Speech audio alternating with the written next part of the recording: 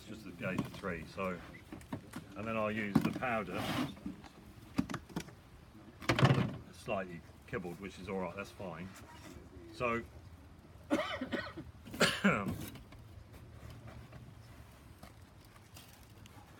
so I've got 3 aggregates. So one quicklime. And in this case, straight away, mix the 2 together. So we don't need to go through that phase of breaking the lumps down on their own. We just mix the 2 together. And our sands tend to be wetter than this when we use. I mean, I know masons are more meticulous in North America about using dry sand, but in the UK we very rarely do. It's got a certain amount of moisture, usually about 3%, 4% content. But in this process, in that case, when you use the powder, the slate starts immediately. It's just starting now. I can feel warmth there. So it's just with the moisture that is in the sand. And we actually, because this is the method we evolved when we didn't know what we were doing, really. But it worked very well. And we would let that go on for a while, and it starts to become very lively. You get little volcanic eruptions and so on, and can reach about 180 degrees centigrade. But there's not much water in there, so I'm just going to add a little bit to encourage that along, and it doesn't have to be much. But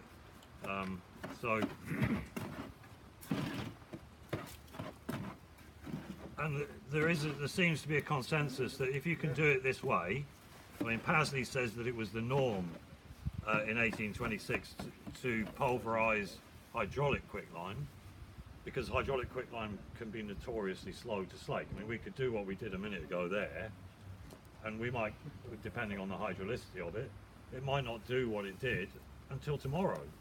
And suddenly it'll do it. So they pulverized it, which helped speed the slake. And then, so when you read this, where they say, oh, a lot they do the quicklime, they mound it over with sand, put a hose pipe in the top, which I've heard we're doing in living memory. They go home then and come back the next morning, but almost that's using a feebly hydraulic or a hydraulic lime when they're doing that, because they're just wasting their time hanging around waiting for it to slake. So now you can see that's getting a bit more lively, just a bit. It's not much, but that's getting quite hot now. I'm not sure I'd want to put my hand in there at the moment, but so I mean it's safe to put your hand on it actually, but it's pretty hot. And if you use totally powdered, which we do, that will happen instantaneously. So it's getting really hot.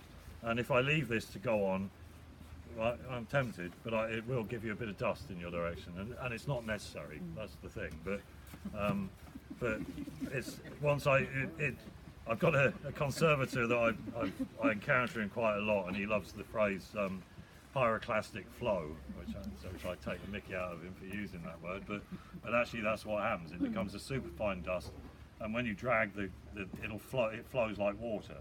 It just changes quite dramatically and becomes quite lively, but not explosive. It never would explode. That's the key thing that putty lime, when you're making it by throwing it in, that can explode if you're not careful. If you don't keep stirring it and you get a build up.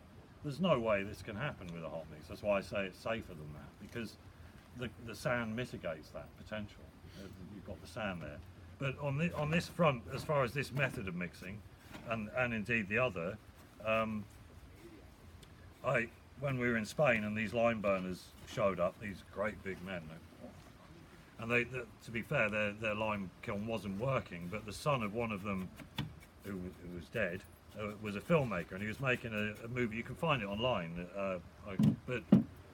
where they reformed the kiln and they loaded it and everything else, and involved all the school kids in the village and things. It's in Valencia province, and it's great. It's a great little film. It's only 2 5-minute ones, and he hasn't put up where they actually burn it yet. But anyway, the guy, the son, was just, he knew it all. He thought he did, and he came in, and we just started a ordinary method hot mix, and we were using this lovely quicklime from Andalusia that's still being made, and he came in straight away, oh, that's wrong, and he started shuffling the lumps of lime like a few millimeters and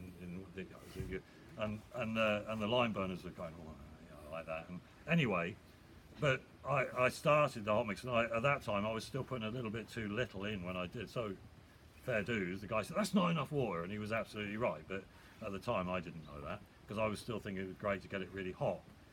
So there is a point to this story anyway. So, but one of the lime burners was stood right next to me, and and it was getting a bit tense actually, because this know-it-all guy who wasn't a lime burner was trying to show off, and all the organisers were stood behind saying, just ignore him, they were saying. But anyway, and this guy, the lime burner, he had a very big fat belly, and I just put my hand on his belly and I said, look, you're the expert here. And he said, and straight away he said, oh no. I said, I'm just a stonemason, you're the expert. And he just, oh no, he said, you're the expert, you're the stonemason. And that kind of diffused it. But then we proceeded, and he just said to me quietly, the lime burner, he said, I wouldn't do it like that. I would slake the lime on its own first, not in the sand. And I said, yeah, but would you then mix it when it's really, oh, of course I'd do that, yes. But just he said that was easier. But then I went through with the hot mix and I mixed the two together, obviously, and continued the slake. And then he just said to me very quietly at the end, he said, oh, I see. Oh, if you make it that way, you get a much stronger mortar. So that was kind of, so this is and that's what we see in the text as well. This somehow gives you an even better mortar than the one we just made, which is pretty bloody good. So, you know, but anyway. So I'm going to start now putting the water in more. It's consumed that little bit extra I put in, but I'll just put a little bit more and get this going. But as I say, it is pretty hot now, and just be careful of this dust, although most of it is steam, I should say. But the same principle applies. I could now just put in the volume of water that it needs straight away. So if the dust concerns you, other than in this moment, I mean on site or whatever, that's the way to do it. So in the mixer these days we do that. We put in a full bucket of water and then the gentle feed. So the dust is not an essential part of the equation. So I'll just get a bit more in and then. But it's important that you don't put too much water in, because we do need it to reach that minimum temperature at this moment. That's critical. So, and in a minute we'll have a bit of fun and we'll make some pussy lime in the traditional way. That is a bit lively. So again, just gradually, incrementally, as Dossie says in 1771, and I like that, finding that description was great, because you might have noticed, he says do it on a small scale with a trowel in a small container, and it's exactly what we've done in our ignorance, and there we got a lovely description of it. But this is nice lime.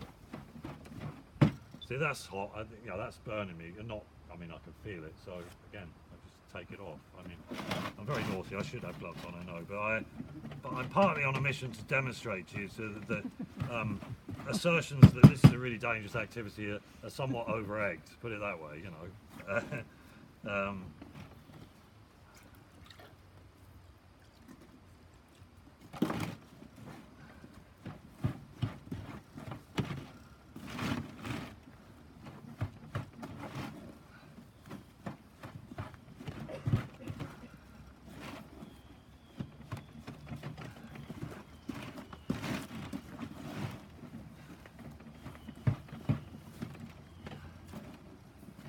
So as far as the mixing time and all of that, I think you might agree that it's as quick as making a cement mortar or a hydraulic lime mortar. I mean, there's no, in fact, the rule is that you should leave the hydraulic limes and the cements mixing for 20 minutes after you've made them, whereas it doesn't apply to this. As soon as this is to a mortar, you can have it out of the mixer and you can use it. So in that sense, it's quicker. We've had a few cases in the UK where a job has been won on the basis of using NHL, and then CADU or Historic England said, well, would you, to the contractor and the architects, would you use hot mix instead? They said, oh yeah, we'll do that, but it'll cost you £14,000 more. And so we think, oh really? I mean, when you break it down, the quicklime is a third of the price of NHL. The mixing time is as quick, the aftercare is less, and so on and so forth. So it should be cheaper.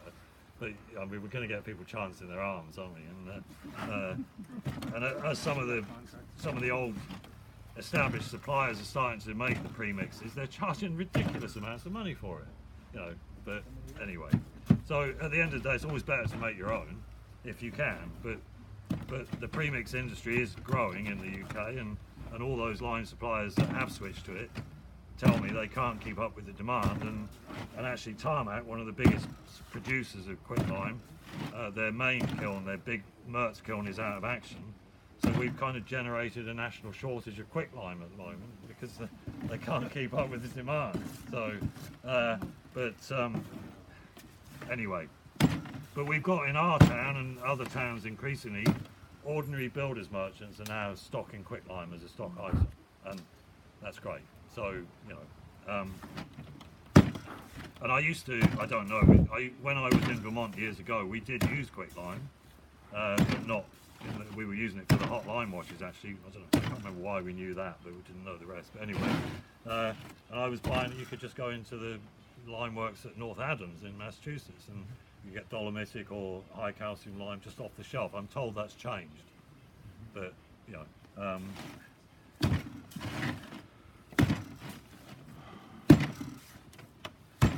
But of course, Mario is going to be supplying loads of premixes very soon.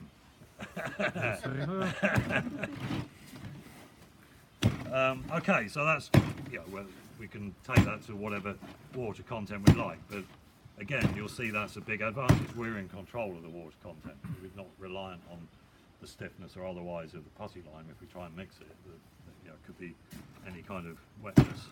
And so we've got, again, a very similar mortar to the one we just made. You know, nice and sticky, nice and adhesive, with no visible water and all the same characteristics. And I don't know, one of the sands that we do know that gives a very feeble reaction, I'd call it a pseudo hydraulic reaction, but is granitic sand. That is a sand that will give a stronger mortar, again because of the hot mix process. And any sands that have got clay in them, we get a pozzolanic reaction, even though it's not fired clay, you know, just, or if it was fired millions of years ago, or whatever you want. But so, you know, these are all options. That's the thing. There are infinite variation of mortars.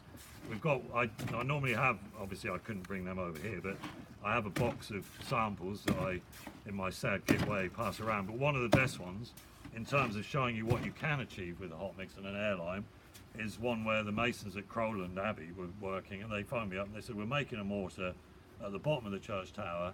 By the time we get to the top of the church tower, it's set hard in the bucket. And I think, well, what the hell are you putting in it? But actually, the key ingredient was 1/6 part of slate dust, which, again, around here, very easy to get that from Vermont. And research I've subsequently read, microsilica is considered to be the most efficient pozzolan, the most reactive pozzolan, which of course slate is microsilica, slate dust. So that was giving them a mortar that was setting within half an hour, not obviously fully set, but beyond a mortar. So these are all the options that exist, and the calcium china clay, which I know Omnia sell around here, Mesostar, or it's been called various things over the years, Argical, there's all sorts of names for it. That is also a very powerful pozzolan. I mean, so you've got to be careful not to put too much of that in. Really, you're looking at probably no more than 5% in a building in the air, but that will hasten the set, and you'll get a good reaction from that. So, so yeah, that's the other method, and this is the one we tend to use the most. But if we're building these days, we would actually use lump. But pointing, we tend to use that because there is really no risk of late slaking, and that's only a commercial worry. And the same with plastering, we would tend to mix this, and we could use this hot without any fear of late slaking, or we'd certainly use it the next day when this becomes slightly less tacky and a little bit more elastic, but no less cohesive and no less adhesive. So, you know, these are all options and variations. One thing I would say, that in plastering, if you use it hot, you get less shrinkage, get less initial shrinkage. And I don't want to pretend that with any of these mortars you won't get some shrinkage when you use them. You will. You can, actually some don't. If you're really meticulous about your aggregates and grading and everything else, you can get a mortar that will shrink very little. But again, changing the culture of, you know, that's known. That was the, in my opinion, that's the price they were prepared to pay for having the right volume of free lime in it to make the mortar work. But of course, you just close it down the next day and knock it back, and it shouldn't happen again. The one mistake that masons and people have been making in the UK is once this mortar goes into the wall and we wet a bit, but nothing like as much as I used to when I used hydraulics or even putty lines, we'll wet the background a bit, and in the winter we're talking a little splash with a brush, that's it, and then we put the mortar in and then we don't wet it again. But because they've got used to hydraulic lines, they keep wetting it. And so I was getting phone calls saying it's shrinking. I say, well, yeah, it'll shrink overnight. Yeah, but it's shrinking the next day and the next day. And then it suddenly dawned on me. I said, are you wetting it every day? Yes. So what you're doing then, of course, you're just constantly taking the water content back to the level it was when you made the mortar, which is why it shrank. So you just keep making it shrink. And with this material, uniquely again, we won't put any more water in it once it's in the wall, except maybe a few weeks later we'll give it a spray. We actually want the water out as quickly as possible without it coming out too fast. And the water retentivity of this is a new word I learned from Boynton and Gutschick. It means that it doesn't tend to come out too fast, but in the first instance it'll lose quite a lot, which allows you to use, with brickwork or whatever, you can knock it back usually the same day, give it the first aftercare and then maybe again the next day, but you can usually go, and unless the wall is very wet when you start because of various problems it's had, then they will reach an initial set within 24 hours typically, and then within a few days carbonation will start on the face and you'll get a case hardened face, which from my point of view is the time I feel I can walk away, because that's going to protect the rest from drying out too fast and so on. So in that sense the aftercare is much less with these. The only time I cover the work these days is if I'm pointing on a Friday and I know I can't be back till Monday. It's actually to keep it going longer, so it's a convenience thing, it's not a necessity. So that's another aspect of these mortars, which is a big convenience for the mason and an economic advantage too. So you just add all these up, we're building up to really quite a big economic benefit in using these mortars, leaving aside all the sustainability issues and the embodied energy for transporting it from France or wherever, and all these things, or from Portugal and stuff. So yeah. Oh, I thought my trail was the other way up then. I thought it was my trail, it was the mortar. Anyway, so by weight, you've got a lot more lime in this mix than that mix, right? I wouldn't have said so. No, I know when because the powder, there's less air in the measure. Yes, but I mounded it at the gauge when it's lump. Okay. You kind of they talk about a struck. There's a struck level, a struck measure, and a fair level. So if you're gauging with lump, you would mound it up more, and equally when you've made it, because you get to know what it needs, what it should feel like, and if it doesn't, then I mean an example of that. We were working in the winter this year in January, and it had been -10 overnight, and I'd read in some of the old texts that in the winter they would put more lime in, and I thought, well, that's to make it more frost durable. That was what I thought when I read that. But we were mixing, and the quicklime had been in my truck overnight, so the temperatures had gone down to -10, and we were mixing. It was still frozen the ground, but we knew it was going to warm up in the next 2 days. So I mixed in the normal way with the normal gauge, and it just felt short. And so I just put in another trowel of quicklime, and then it felt right. And that's really because it was so cold to start with, it wasn't reaching the temperature soon enough, which is why it felt short. So that's, I would say, why they might put a bit more in the winter. Nothing to do with durability, it's just to make it feel right, or to match their expectation of how it should feel to be right. And that's, again, what I said earlier, that's the standard. You know, I know we like other standards, but in the masonry world, that was the standard, to make it feel right. So one of the criticisms in London, for instance, if they're bringing the lime from Kent on the river, you'd get some of it with air slake on the way, and then you read criticism that then it was tipped on the quayside in London and might stay there for a few days, so that by the time it got to site, perhaps even 50% of it might have air slaked. And so when you then mix that in the normal way, it's short. And we do see these very lime-rich mortars in London. But some of that is probably already slaked, which is why they've put more in to make it feel right. And that's what the architects like Lazel and others just could not abide, that they relied on people like me to know when it felt right and to adjust the mortar. It couldn't be specified in a very exact way. That's what they. You might have read the Lazar when he lists out the advantages of hydrated lime, but the main one was that he no longer had to rely on the skill or the expertise of masons. He could just specify one of these, one of them, one of that. So I'm not criticising. Yeah, but that seems to be the truth of the matter, you know. And that was onerous to some professionals, that they relied on charlatans like me to make the right mortar rather than being able to just design it. Yeah. So question to you then, how long would it need to set before it's exposed to deep freezing temperature like minus 35 or 25? I cannot answer that because we never get temperatures that cold. Okay. That's all I can say. That's for you to find out. Well, maybe the most logic would be to do our work during summertime, Yeah, but it doesn't no, happen. obviously, yeah, and I think that would be more the case. I mean, my impression is in the UK, even though it was much colder in the UK historically, the Thames used to freeze and all that sort of thing in the 18th century. But I go through a lot of building accounts. That's my latest endeavour, sort of raw building accounts, which tells you exactly what they use, and that they're very useful. But you don't, and you also get time of year from those. In our village, I've been through all the building accounts, or the labour accounts, and every so often it says, in January, it says too cold for the masons to work, but it doesn't say it in February or December. And so my impression is that most of the year they're working, unless it's really cold, when they'll stop. But again, in the winter we would tend to put it in hot, and we'll see what this is like tomorrow. So we've got the evaporation that it's stiffening down, it's losing that excess of water.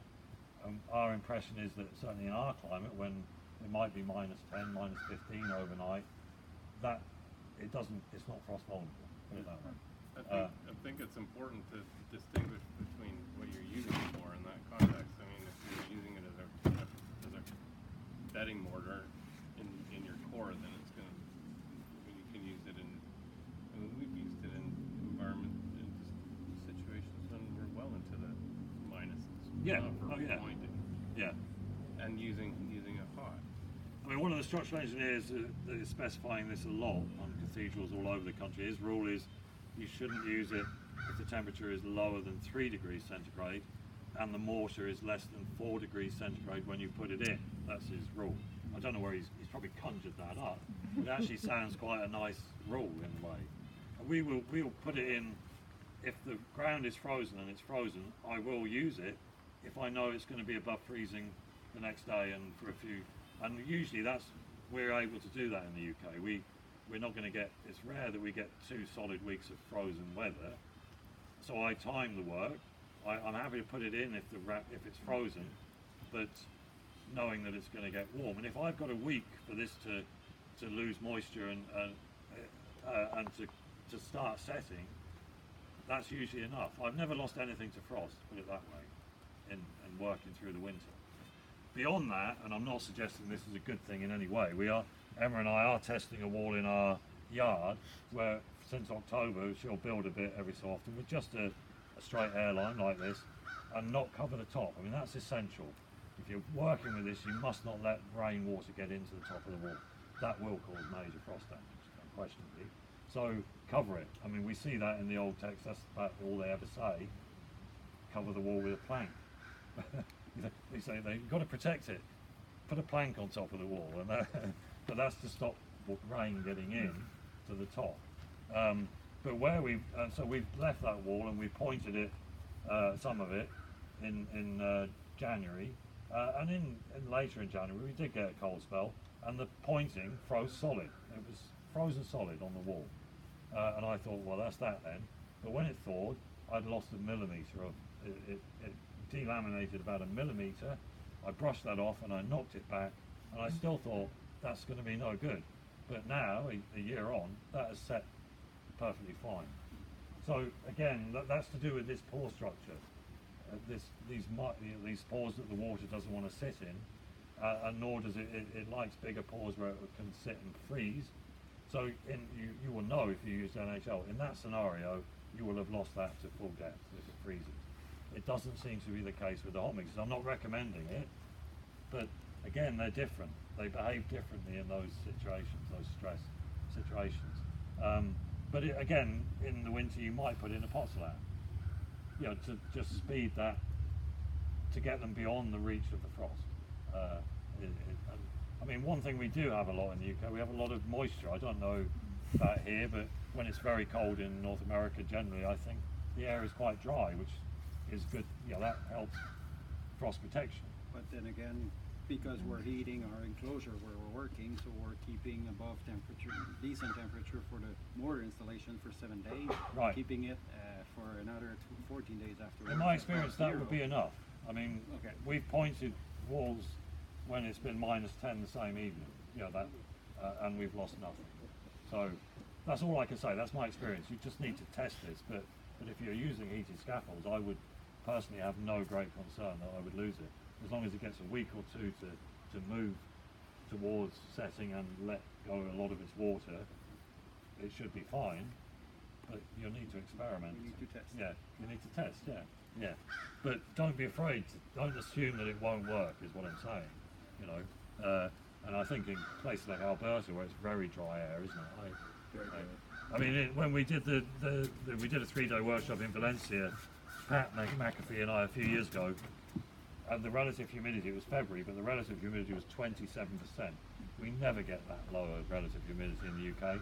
And these mortars, we were putting on a plaster coat for one day, the next day, it was ready for the next one. It had become more than leather hard, just because of that low humidity. So that can make a big difference. And as anyone who works with lime, you know, you need to be a weather watcher, because the damp air, it'll be slower. You know, it's fairly clear. But dry air, it'll move quite quickly towards frost resilience, I would say. So, you know, and you see that is now lost. I mean, I'd need to put a little bit more water in probably to use that, and that's just from letting go of the heat. So it gives you some idea how it's losing that heat. And in a porous substrate, you know, porous bricks, there's also a little bit, but again, the water retentivity means that the brick won't suck all the water out of it like it will out of a harsh mortar with low raw water retentivity. It'll take a little bit, but not much. It doesn't want to let it go. It's very greedy with its water. It likes to hold it tight and keep it close. And that's a great benefit, again. But it does take enough that, again, you can often knock it back the same day. And the question was asked earlier about non-porous stones. Again, that tends to happen there too. You know, you get a very good bond with a non-porous stone, and especially if you use it hot. So, okay. Do we want to do anything else? I can make a putty lime in the old way, it's a double demonstration, because I can make a putty lime, and then I can make a lime wash. So, two for the price of one. So we need to